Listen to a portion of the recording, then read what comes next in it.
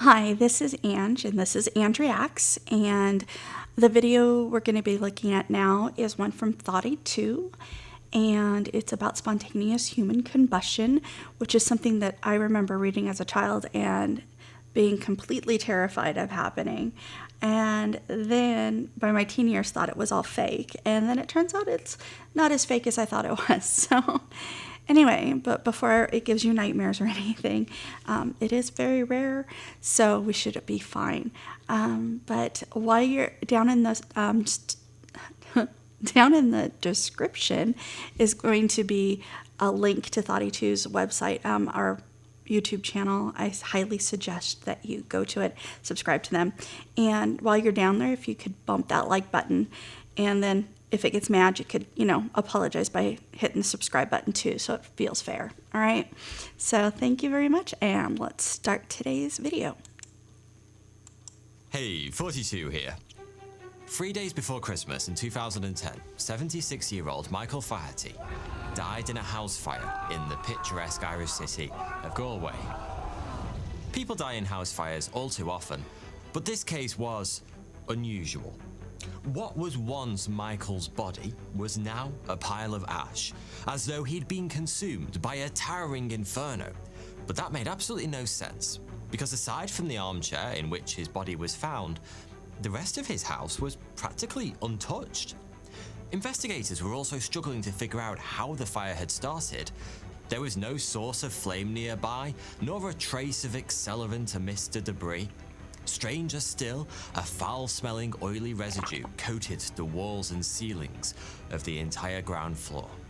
To put it mildly, I'm so sorry about his death, but those little smoking legs are so disturbing. Sorry. the entire incident was a mystery that deepened when the coroner declared that Michael had died from spontaneous human combustion. As Michael Faherty hadn't been the tragic victim of a house fire, he was the house fire. Strange though it was, Michael's death is far from unique. Cases of spontaneous human combustion, people bursting into flames without an external source of ignition, have been chronicled for centuries. One of the first was in 1731, when Italian Countess Cornelia Bandi went to bed feeling unwell. The following morning, her bedchamber was covered in an oily residue, and a pile of ash was found by the bed. The noblewoman's body had been almost entirely devoured by what must have been a very small, very concentrated fire. All that was left were her lower legs and a few stray fingers. That is seriously gross. But seriously, I mean, we have a hard enough time wrapping our minds around it with all the science that we currently understand and know. Nowadays, could you imagine, nearly 300 years ago, someone seeing this, and I'm thinking it was probably attributed to something witchcrafty or demonic or something. I just can't imagine that they would think if this could be something that's just a naturally occurring thing. Or One of the more unnaturally. famous victims is Mary Reeser, a 67-year-old This is when I saw him as a resident kid. whose apartment became her funeral pyre in 1951. Her landlady noticed that the door handle was hot to the touch and discovered Mary's charred remains inside. Only her left foot, still wearing a slipper, survived the blaze. Once again, the walls and ceilings were covered in a smelly, oily residue. These are just a couple of examples amongst hundreds of strangely similar cases, all sharing a few key details. One, the victims' bodies are almost entirely destroyed by the fire, even the bones. Two, the lower legs and feet usually survive completely unharmed and often still wearing unburnt clothing or shoes. 3, a mysterious oily residue is found on surfaces nearby. And 4, the unusually localized fire that caused the damage appears to have no external source. It seems the victims just burst into flames. Okay, so this is one of those things that I hope he explains, because it's one thing that's always kind of perplexed me about this. Is we have enough heat to actually burn bone. So this takes thousands and thousands. I mean, it's a super hot fire. So the degrees are what? I think it has to be like 3,000 degrees. I can't remember. Really hot. But anything, I don't know if you've ever been close to a hot fire, you can't get close enough to it without, it hurting. So how is nothing else in the room affected by it? I mean, things around it aren't being burnt. It's just weird, like they burn in a chair, but the chair, portions of the chair still exist. How could a chair start to catch on fire with you in it and then just kind of fizzle out? I don't understand that. So what the hell is going on here? Well, we still don't know for sure, but some have blamed excessive alcoholism, whilst others have deemed it to be divine retribution dished out to sinners. That was the angle Charles Dickens went with when he killed off alcoholic rag and bone man and all-round arsehole Mr. Crook in his novel Bleak House. Other theories include poltergeist activity, a build-up of static electricity, ball lightning, and the effects of an undiscovered subatomic particle, tentatively titled the Pyrotron, or possibly just holding in your farts. You can thank South Park for that one. There is, of course, another school of thought, that the entire idea human beings can just burst into flames at random is complete horse piss. As for who's right, well, the answer to that question might just surprise you. Let's start by highlighting the obvious here. We know humans can combust because we burn millions of them every year in crematoriums. It's just the spontaneous part that's controversial. We also know spontaneous combustion in general is possible. For example, exothermic reactions in large piles of compost or hay can generate enough heat to ignite suddenly. And the same can be said of coal, charcoal, and cotton. So humans burn, and sometimes things randomly catch on fire. Is spontaneous human combustion really such a stretch? Actually, yeah, it kind of is. As of today, there is quite simply no proven process by which a human body, which is roughly 60% water, could suddenly catch on fire. For that reason, the vast majority of scientists discount the notion of truly spontaneous human combustion. A 1984 study of 30 historical cases found that almost all the bodies were discovered near some kind of flame. An open fire, a candle, a lit pipe, that sort of thing. They also found that many of the victims were smokers, and almost all were elderly, had serious health conditions, or were alcoholics. The conclusion was pretty simple. A stray ember from a nearby fire or a dropped cigarette lands in the victim's lap, and they're either too old, too ill, or too drunk to react before the fire gets out of hand. Take Mary Reeser as a prime example. She was a heavy smoker who took sleeping pills. Whilst spontaneous human combustion can't be ruled out, it's much more likely that she fell into a pill-induced sleep whilst holding a lit cigarette, and thermodynamics did the rest. It's also a bit bloody suspicious that the vast majority of victims spontaneously combust when they're home alone without any witnesses. In the age of the smartphone and Big Brother-style CCTV, if people really could just catch on fire for no reason, you'd expect to see some decent footage. You've been framed would pay good money for that kind of thing. Proponents of spontaneous human combustion frequently cite incidents where no source of fire was found nearby. But, as Carl Sagan once said, absence of evidence does not mean evidence of absence. In other words, just because an external source of ignition isn't found near the body, it doesn't mean there wasn't one to begin with. Whatever sparked the fire could have been completely consumed by the subsequent flames. Okay, so case closed, right? It's all just a myth. Well, let's not get ahead of ourselves, because even if the spontaneous part is starting to look a little sus, what happens after that is still utterly baffling. As we've seen, the remains left behind in these cases are very distinctive. Yeah, I think there's something about a wick effect of body fats. I can't remember, but yeah, it still doesn't make sense to me that, if you drop a cigarette on a couch, the whole couch is going to burn too, not just the person. I don't know. We'll see. The torso is utterly destroyed, whilst the legs or feet survive. Crematorium furnaces reach temperatures approaching 1,000 degrees Celsius for roughly 90 minutes to incinerate your average Okay, I thought it was like 3,000. I was way off. human, using a tremendous amount of fuel in the process.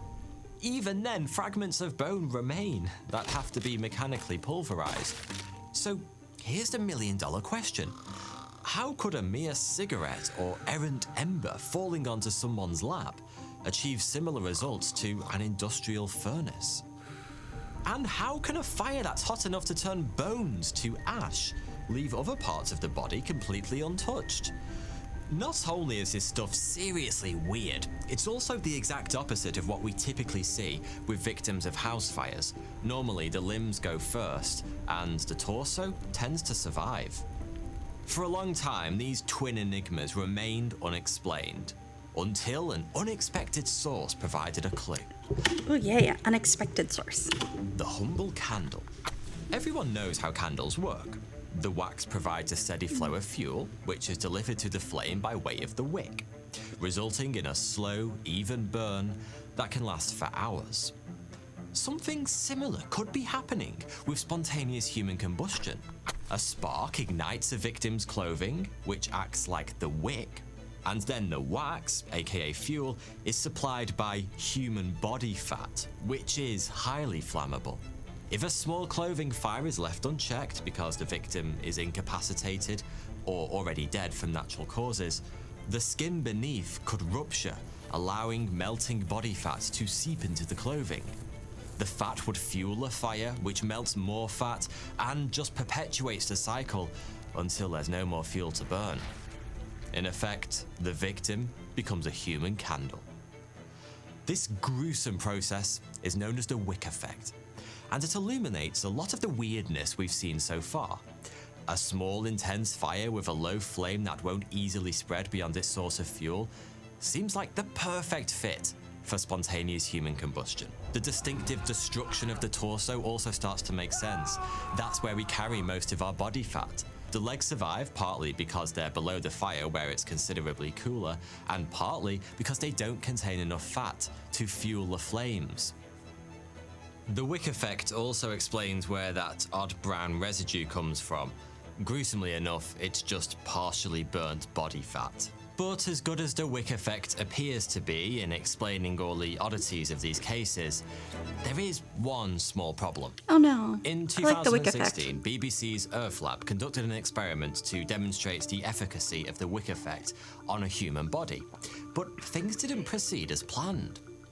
They wrapped a dead pig in a blanket and dropped a cigarette onto the fabric. A fire began to smoulder almost immediately, but it proved too small to melt the body fat below. In the end, the team had to intervene by dousing the fire in a liquid accelerant and actively fanning the flames, two things that most certainly would not happen in the real world. The wick effect did eventually kick in, creating a small, self-sustaining fire focused on the torso, which burnt for 6 hours straight. The pattern of burning was shockingly similar to spontaneous human combustion, but the damage was far less severe. The pig in blanket was nicely charred and would have been lovely with your Christmas turkey, but it was nowhere near turning into a pile of ash. Now, it may simply be that the experiment wasn't close enough to the real thing. A pig is a pretty good substitute for a human, but it isn't perfect. Nevertheless, it did cast doubts. Doubts which only grow when you explore some of the more extreme cases of spontaneous human combustion. Well, now I don't know if I believe in the wick effect. I don't know, what do you think? Because that pig definitely was not burned near enough. Combustion. On a September evening in 1982, Jeannie Saffin was sitting at the kitchen table of her parents' house in North London with her father and brother-in-law when she suddenly caught fire. According to the brother-in-law, Jeannie was engulfed by a raging inferno within seconds. There were even flames shooting out of her mouth, Smaug style. She died in hospital not long afterwards. In another case, 5 years later, what remained of Barry Sudan was found on his kitchen floor in Folkestone, Kent. As we've seen before, Barry was but a big pile of ash with a couple of feet sticking out. It should have been a textbook case of the wick effect in action, except for one small problem. Bubbling away on the hob nearby was a pan of water. It's thought the wick effect requires roughly 12 hours to reduce a human to ash. But if Barry had been burning away for half a day or more, why hadn't the pot on the stove boiled dry? Oh, geez. Now what? I didn't hear all these things against the wick effect. I had heard the wick effect was it. So, poor Barry. Other victims appear to have been fully conscious when meeting their spontaneously fiery fate. Homeless man Robert Bailey was found in an abandoned building in London in 1967. His still burning body was bent in agony at the foot of a flight of stairs, and it appeared he'd been writhing around before succumbing to the flames. His pain had been so great that he'd bitten into a solid wooden banister so forcefully that firefighters had to pry his jaw open. Oh, did we have to include It the doesn't sound take effect? forensic science to suss that the wick effect alone cannot explain these cases. So, what are we missing? According to research biologist Brian Ford, the final piece of this macabre puzzle is, of all things, nail polish remover. Ford Acetone. was never convinced a wick effect alone could turn a non-flammable human into a pile of ash overnight, so he tried to come up with feasible scenarios that could increase our body's flammability. And it turns out, he actually found one. When the human body is starved of carbohydrates, it begins to burn stored fat instead. The resulting metabolic state is called ketosis because it results in elevated levels of ketone bodies in the bloodstream Keto diet. 101. and urine, one of which is acetone, the key ingredient in nail polish remover. Acetone is extremely flammable and can accumulate in fatty tissues at high concentrations during ketosis. Ford believes that, under the right circumstances, So is he saying my keto diet put enough acetone in my fat that I can spontaneously human combust? Yeah, when you read all the stuff on keto diet and how to eat, and they don't tell you you could blow up in flames. I'm just saying they might want to at least put that in the fine print somewhere. a person in Big ketosis may become flammable. To test his theory, he made a bunch of tiny model humans out of pork meat marinated overnight in acetone. As you do. He dressed these mini meat men in tiny clothes, then set them on fire. Oh, that's not very Every nice. single one of them burnt to ash in under 30 minutes, leaving only their limbs behind. Notably, Ford's pork soldiers burned with a bright blue flame. Blue. Most spontaneous human combustions happen behind closed doors, but the few folks who have witnessed one almost always mention blue flames. Incidentally, the low flames produced by the wick effect are invariably orange. It's pretty compelling evidence, but once again, questions remain. Okay. Ketosis isn't an elusive metabolic state. No. Most of us experience it on a fairly regular basis, after a session at the gym, when we're ill, or when we haven't eaten for a while. Plenty of people enter ketosis on purpose in an attempt to burn fat and lose weight. It's called the keto diet. So if ketosis really does make the human body flammable, why isn't some poor soul going up like a firework every 5 minutes? For now, we don't have a good answer to that question. If you're starting to spot a pattern, I'm right there with you. There simply isn't enough evidence to either confirm or debunk any of these theories. No. Cases of spontaneous human combustion are incredibly rare. And since burning old people is apparently considered unethical, it's difficult Yeah, to we create don't do that. meaningful experiments in the lab. We can probably rule out the more extreme theories, but there isn't really enough evidence to definitively confirm the more sensible ones either. So, yeah, all I can say is, until we meet again, please, please try really hard not to burst into flames. Thanks for watching. Wow. Well, my previous assumption of the wake effect being a true answer to this. Apparently that's not. And now I'm overthinking keto diet. So, well, I guess we don't have a definitive answer. Do you prefer any one of these over the others? Do you have an idea, any ideas of why this is happening? Do you know any other stories about spontaneous human combustion he didn't cover today? I did know, remember reading the one about the little old lady from 1961 when I was a kid. I think her name was Mabel. I can't remember now. I'm terrible with names. But that was what first drew me into this topic. So let me know your opinions and your any questions you have. And if you have any ideas of something else you'd like me to react to, please put it down below. And also, the link to this original video, Thoughty 2, is going to be in the description. And while you're down there, if you could bump the like button, and of course, if that like button gets all kind of mad that you bumped into it, smack the subscribe button to make it feel better. All right? Thanks so much, and have a good day.